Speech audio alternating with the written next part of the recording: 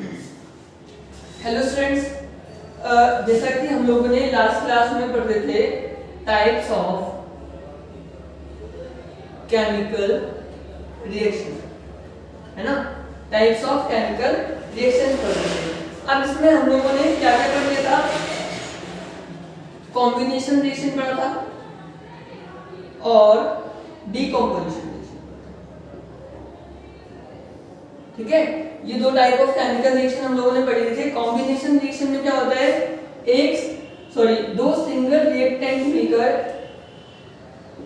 दो रिएक्टेंट मिलकर एक सिंगल प्रोडक्ट की फॉर्मेशन कर रहे हैं, है ना। और डीकॉम्पोजिशन रिएक्शन में क्या हो रहा था? एक रिएक्टेंट दो या दो से ज्यादा प्रोडक्ट की फॉर्मेशन कर रहा था। ठीक है, और साथ में हम लोगों ने ये भी देखा था जितनी भी डीकॉम्पोजिशन रिएक्शन होती हैं वो सभी के सभी क्या होती हैं? एंडोथर्मिक होती हैं। ठीक है, सभी डीकॉम्पोजिशन रिएक्शन क्या होती हैं? एंडोथर्मिक होती हैं। और सभी कॉम्बिनेशन रिएक्शन कैसे होती हैं?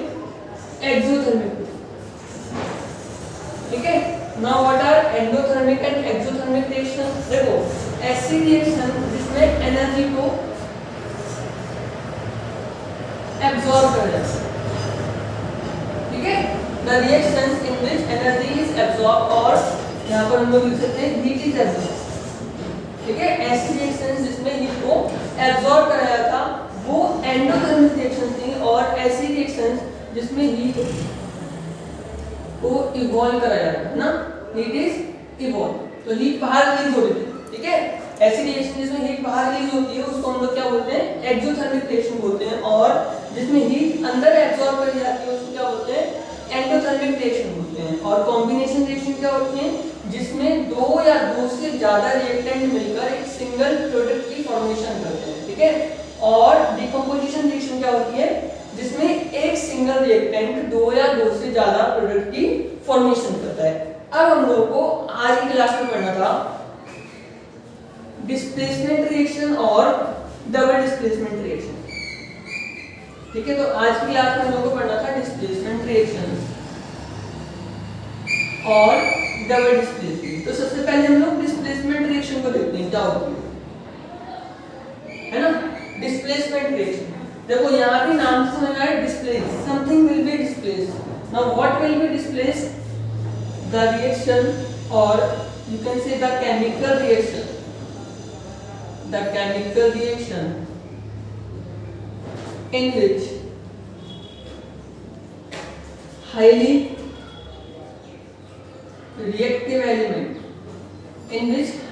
reactive element displaces the less reactive element। तो ऐसी रिएक्शंस जिसमें क्या होता है? हाईली रिएक्टिव एलिमेंट, है ना, highly reactive element less reactive element को डिस्प्लेस कर देता है। जनरल फॉर्मेशन देखो क्या होती है इसकी? AB एक कंपाउंड है, ठीक है, यहाँ पर C कोई एलिमेंट है। अभी क्या हो रहा है? C यहाँ पर अगर A से ज्यादा रिएक्टिव है, ठीक है, तो C क्या कर लेगा? A को डिस्प्लेस करेगा और एक अलग प्रोडक्ट मिलेगा, है ना। तो ये वाली रिएक्शन क्या होती है? डिस्प्लेसमेंट रिएक्शन होती है जिसमें highly reactive element less reactive element को डिस्प्लेस कर देता है। इसको एक एग्जांपल के थ्रू समझते हैं, और ये एग्जांपल बहुत इंपॉर्टेंट है, पेपर में बहुत बार आया हुआ है। ठीक है, देखो क्वेश्चन की फॉर्म में देख लेते हैं इसको, है ना। What happens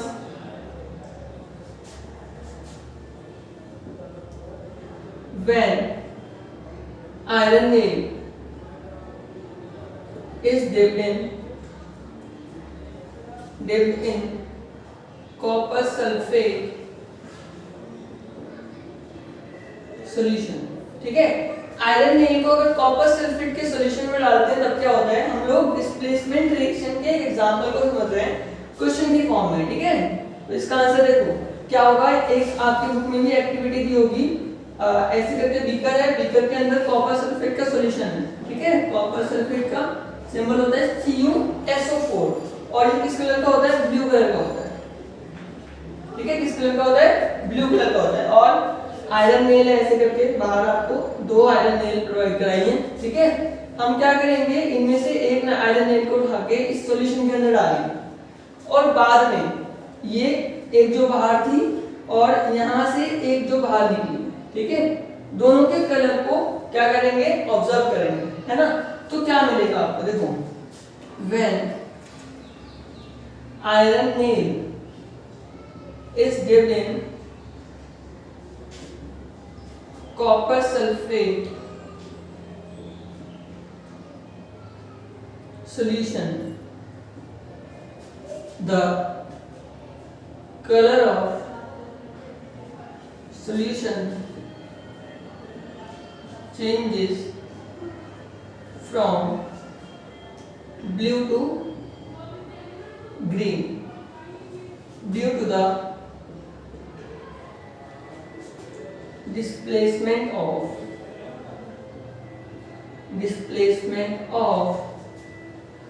copper by iron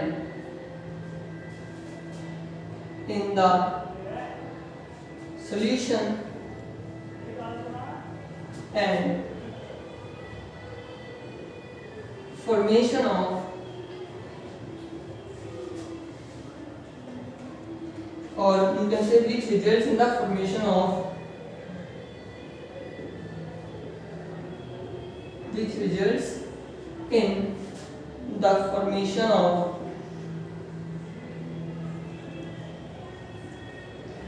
iron sulphate. ठीक है, देखो क्या होता है, जब आयरन नेल को कॉपर सल्फेट के सॉल्यूशन में डालते हैं तो कॉपर सल्फेट का ब्लू कलर जो होता है वो किस में चेंज होता है, ग्रीन कलर में चेंज हो जाता है। ठीक है, ऐसा क्यों होता है, ऐसा इसलिए होता है क्योंकि कॉपर सल्फेट के सॉल्यूशन में से कॉपर को आयरन डिस्प्लेस कर देता है। कॉपर सल्फेट के सॉल्यूशन में से कॉपर को आयरन डिस्प्लेस कर देता है और फॉर्मेशन होती है किसकी, आयरन सल्फेट की, जो कि क्या होता है, ग्रीन कलर का एक सॉल्यूशन होता है। ठीक है, इसके अलावा जो आयरन की नील होती है ना, ये जो सॉल्यूशन में से हम लोगों ने निकाली है, ये ब्राउन कलर की हो जाती है। क्यों, क्योंकि इसके ऊपर कॉपर की कोटिंग हो जाती है। ठीक है, ब्राउन कलर की हो जाती है आयरन की नील, क्यों, क्योंकि इसके ऊपर कॉपर की कोटिंग हो जाती है। एक बार फिर समझो, देखो इसको हम लोग केमिकल इक्वेशन बना के समझते हैं। क्या होता है, कॉपर सल्फेट के सॉल्यूशन में अगर हम लोग आयरन की नील को डिप करते हैं, ठीक है, तब क्या होगा, आपका आयरन सल्फेट बनेगा और कॉपर। ठीक है, ये जो कॉपर होता है आयरन की नील के ऊपर जाके स्टिक कर जाता है, जिसकी वजह से आयरन की नील ब्राउन कलर की हो जाती है। और हमें पता है आयरन सल्फेट का जो कलर होता है वो कैसा होता है, ग्रीन, और कॉपर सल्फेट का जो होता है वो ब्लू होता है। ठीक है, आयरन नील को कॉपर सल्फेट के सॉल्यूशन में अगर हम डिप करते हैं तो कॉपर सल्फेट का ब्लू कलर ग्रीन कलर में चेंज हो जाता है due to the formation of iron sulphate. अब देखो यहाँ पे हमें कैसे पता चला कौन ज्यादा रिएक्टिव है कौन कम रिएक्टिव है। ठीक है, तो इसके लिए एक सीरीज है जिसको हम लोग क्या बोलते हैं, रिएक्टिविटी सीरीज, है ना।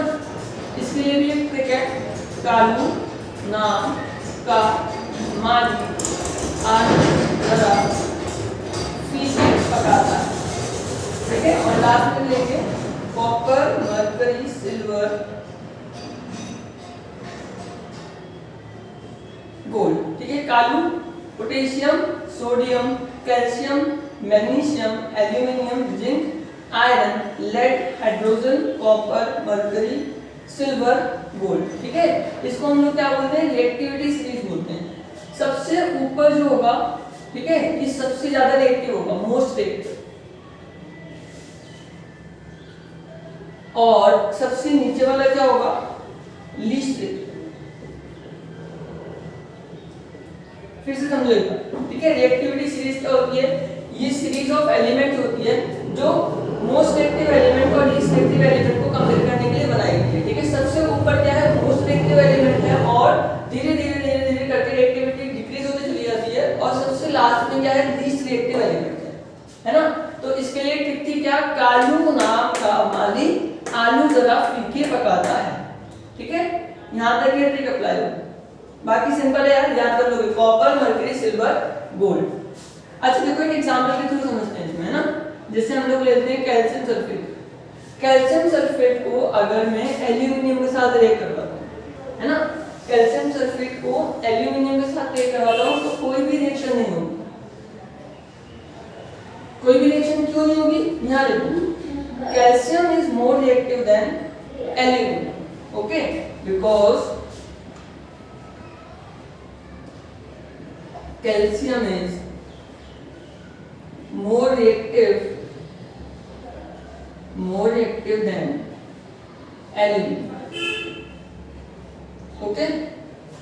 फिर समझते हैं रिएक्टिविटी सीरीज है, ठीक है। रिएक्टिविटी सीरीज में सबसे ऊपर क्या होता है? मोस्ट रिएक्टिव, उसके बाद रिएक्टिविटी क्या होती है? डिक्रीज होती चली जाती है, और लास्ट में क्या होता है? लीस्ट रिएक्टिव होता है। मोस्ट रिएक्टिव और हाईली रिएक्टिव क्या करेगा? लेस रिएक्टिव वाले को डिस्प्लेस करेगा। इसी रिएक्शन को हम लोग क्या बोलते हैं? Displacement reaction. Now we will study about double displacement reaction.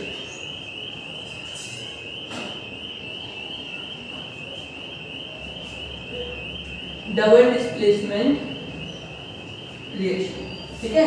अब यहाँ पे क्या होगा? डबल डिस्प्लेसमेंट होगी, मतलब दो आयंस की एक्सचेंज होगी, ठीक है। देखो क्या होता है? The chemical reaction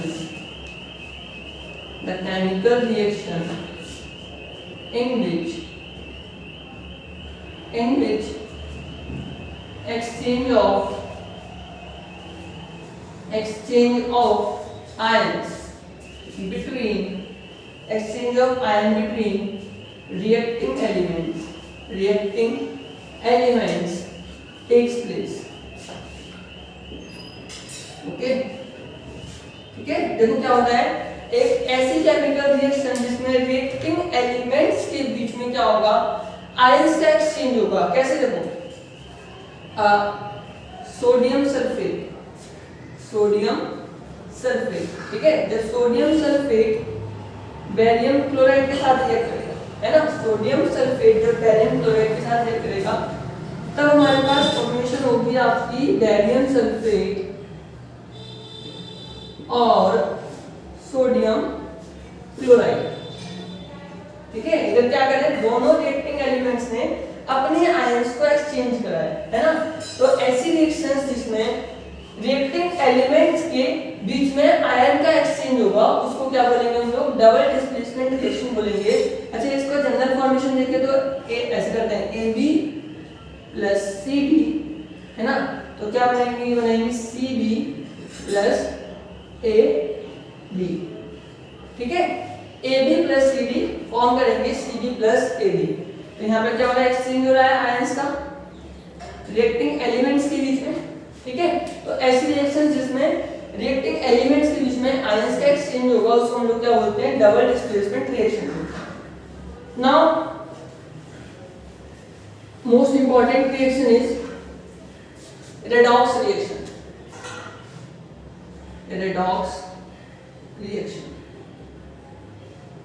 okay, redox reaction को पढ़ने से पहले हम लोग पढ़ते हैं दो रिएक्शंस को, ऑक्सीडेशन एंड रिडक्शन, ठीक है। रेडॉक्स रिएक्शन को पढ़ने से पहले हम लोग पढ़ेंगे ऑक्सीडेशन के बारे में और रिडक्शन के बारे में, ठीक है। देखो ऑक्सीडेशन क्या होती है? The process in which either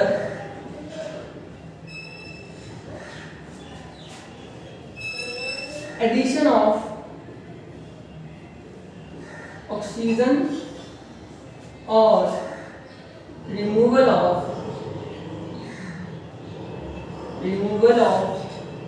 hydrogen takes place,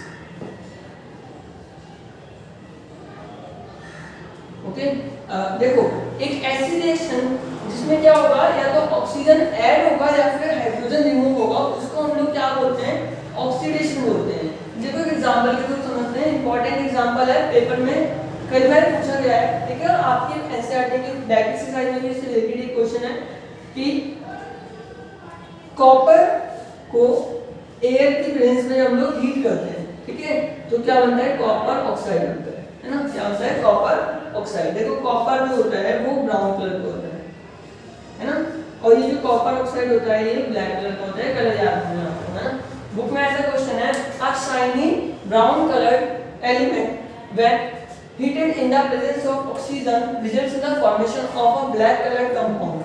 Name the element and the compound. तो एलिमेंट क्या होगा आपका कॉपर होगा और जो कंपाउंड आपको मिला है वो क्या होगा कॉपर ऑक्साइड होगा। यहाँ देखो कॉपर के अंदर ऑक्सीजन ऐड हुआ है, ठीक है, कॉपर के अंदर क्या हो रहा है यहाँ पर ऑक्सीजन ऐड हो रहा है, तो इस रिएक्शन को हम लोग क्या बोलेंगे ऑक्सीडेशन रिएक्शन बोलेंगे, ठीक है।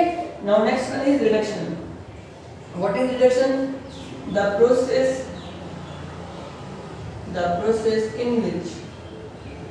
process in which either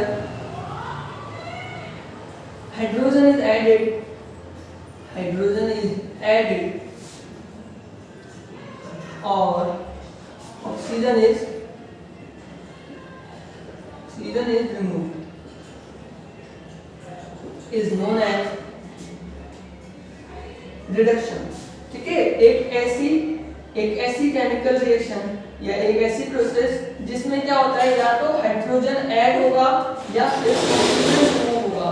एक ऐसी केमिकल रिएक्शन जिसमें या तो हाइड्रोजन ऐड होगा या फिर ऑक्सीजन रिमूव होगा, उसको हम लोग क्या बोलते हैं रिडक्शन रिएक्शन बोलते हैं, ठीक है। देखो क्या होगा जब हम लोग इस कॉपर ऑक्साइड को हाइड्रोजन के साथ रिएक्ट करते हैं ना, तो क्या हो जाता है आपका कॉपर अलग हो जाता है और आपको वाटर की फॉर्मेशन। अभी देखो यहाँ पर क्या हो रहा है, यहाँ पर हाइड्रोजन है, इस हाइड्रोजन के अंदर ऑक्सीजन ऐड हुआ है, ठीक है, तो इसको हम लोग बोलते हैं ऑक्सीडेशन। लेकिन यहाँ कॉपर से क्या हो गया ऑक्सीजन रिमूव हो गया, ठीक है, तो इसको हम लोग क्या बोलेंगे रिडक्शन। अब हमने पढ़ना था रेडॉक्स रिएक्शन के बारे में, हम पढ़ रहे हैं ऑक्सीडेशन रिडक्शन। क्यों भाई? देखो रेडॉक्स क्या होता है, एक ऐसी केमिकल रिएक्शन जिसमें ऑक्सीडेशन और रिडक्शन एक साथ होते हैं, जैसा कि यहाँ पर होता है, ठीक है। यहाँ पर हमको ऑक्सीडेशन देखने को मिल रहा है और रिडक्शन भी देखने को मिल रहा है, तो इसी रिएक्शन को हम लोग क्या बोलते हैं redox reaction. That means reduction O means oxidation, ठीक है। रेडॉक्स रिएक्शन क्या होती है,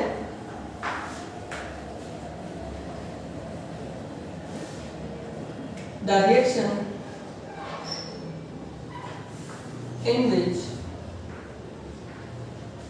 reduction and oxidation takes place together, ठीक है। तो एक ऐसी केमिकल रिएक्शन जिसमें ऑक्सीडेशन और रिडक्शन एक साथ हो रहा होता है, तो उसको हम लोग क्या बोलते हैं रिडॉक्स रिएक्शन बोलते हैं। यहाँ पे एक एग्जांपल है इसका ही, है ना। देखो क्या हो रहा है, कॉपर ऑक्साइड को जब हम लोग हाइड्रोजन के साथ रिएक्ट कराएंगे तो कॉपर हो जाएगा अलग और वाटर हो जाएगा अलग। क्यों ऐसा हुआ?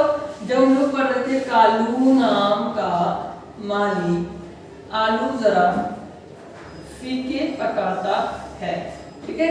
यहाँ पर देखो उसके बाद कॉपर का, तो कॉपर क्या है जो हाइड्रोजन है वो कॉपर से लेस रिएक्टिव है, हाइड्रोजन जो है वो कॉपर से मोर रिएक्टिव है, ठीक है। तो मोर रिएक्टिव क्या करेगा, लेस रिएक्टिव वाले को डिस्प्लेस कर देगा और क्या बनेगा वाटर और कॉपर अलग हो जाएगा, ठीक है।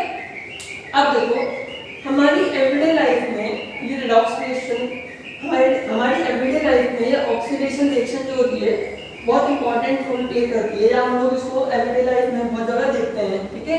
जैसे देखो हम लोग इसको देखते हैं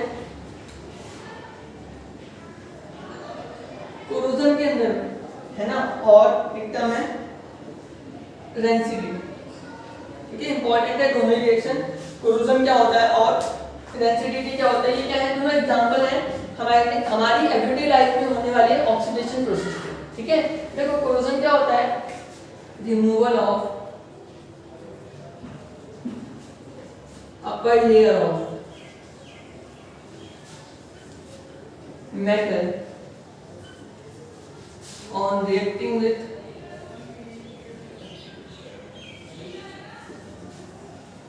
moisture in the presence of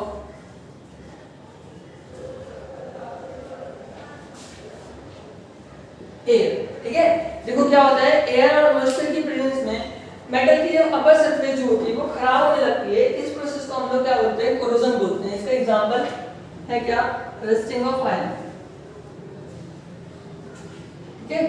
rusting of iron, मतलब आयरन में जंग लगना, है ना। आयरन में जंग लगता है तो वो कैसे लगता है, मॉइस्चर और एयर की प्रेजेंस की वजह से लगता है ना, ठीक है। जब देखो रस्टिंग ऑफ आयरन होती है तो आयरन का कलर किस कलर का हो जाता है, ब्राउन कलर हो जाता है ना। अपर सरफेस जो होता है आयरन का वो किस कलर का हो जाता है, ब्राउन कलर का हो जाता है। इसी तरीके से जब कॉपर के ऊपर रस्टिंग होती है तो वो ग्रीन कलर का हो जाता है, फर्स्ट पार्ट में मैंने समझाया था।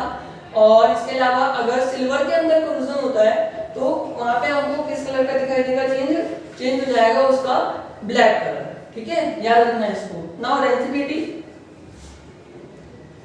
When oily food substance reacts with